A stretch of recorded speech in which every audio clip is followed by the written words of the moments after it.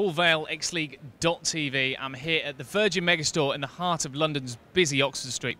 A couple of hundred yards that way, it's Tottenham Court Road Tube, place of sanctuary for Londoners during the Blitz. Fortunately, we won that war, but we're here to mark the beginning of a new war, the console wars, with the hearts and minds of gamers at stake. After months of delay, it's finally here, so get ready for battle. It's the launch of the PS3.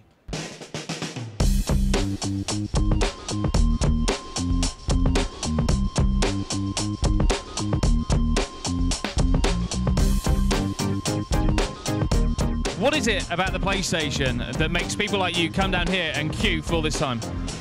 I don't know, to me I think it's the best of the lot.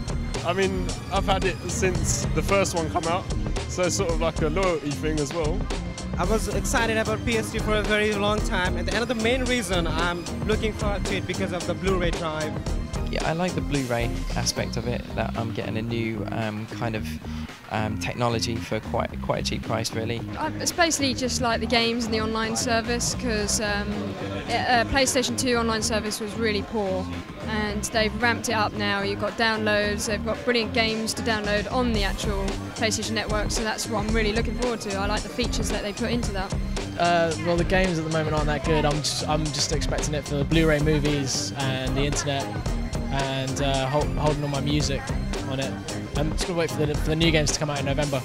The first iteration of games you see on the console usually bear no relation to what comes out, you know, as developers get more and more au fait with the system and realise the potential of the cell and all the rest of it. So we're only at the start, but we're in a much stronger position than we were with PS2. That's the first thing to say. Second thing is, you know, contrary to what you might read on the interweb, basically, I said that ironically, basically, you know, in Japan and the US, we're installing at a faster rate in the same time frame than we did with PS2. So, you know, we're quite content with what's in store for us. £425, a lot of money. No, it isn't for what you're getting, because I mean, a Blu-ray player on its own is costing around 800 to £1,000. Well, for my friends it was too much, and for me at first it was too much. But I was just thinking of gaming terms and thinking of what the console has to offer. I think it's a bargain.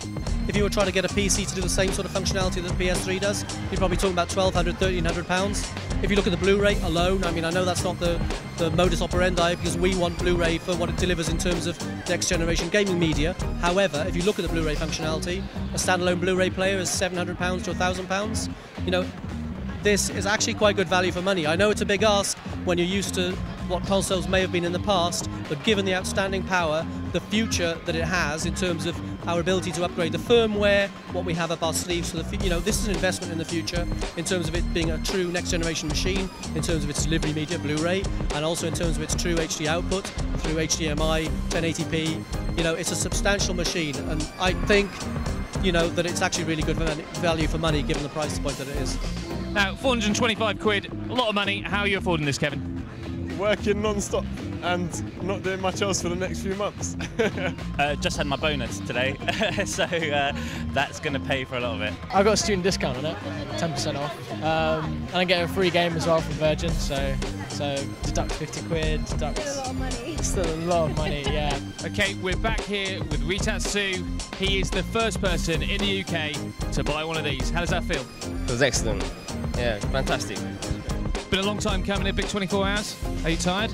I'm very tired, but I'm so excited now they've got free TV, so all those emotions have gone away now.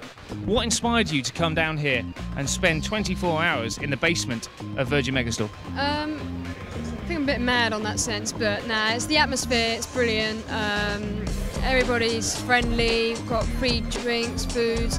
I didn't actually come very prepared, and I didn't actually have a bed, you know, no bedding or anything, but Virgin supplied that. We had a fun time. Virgin set up a big, you know, the 46-inch Bravia.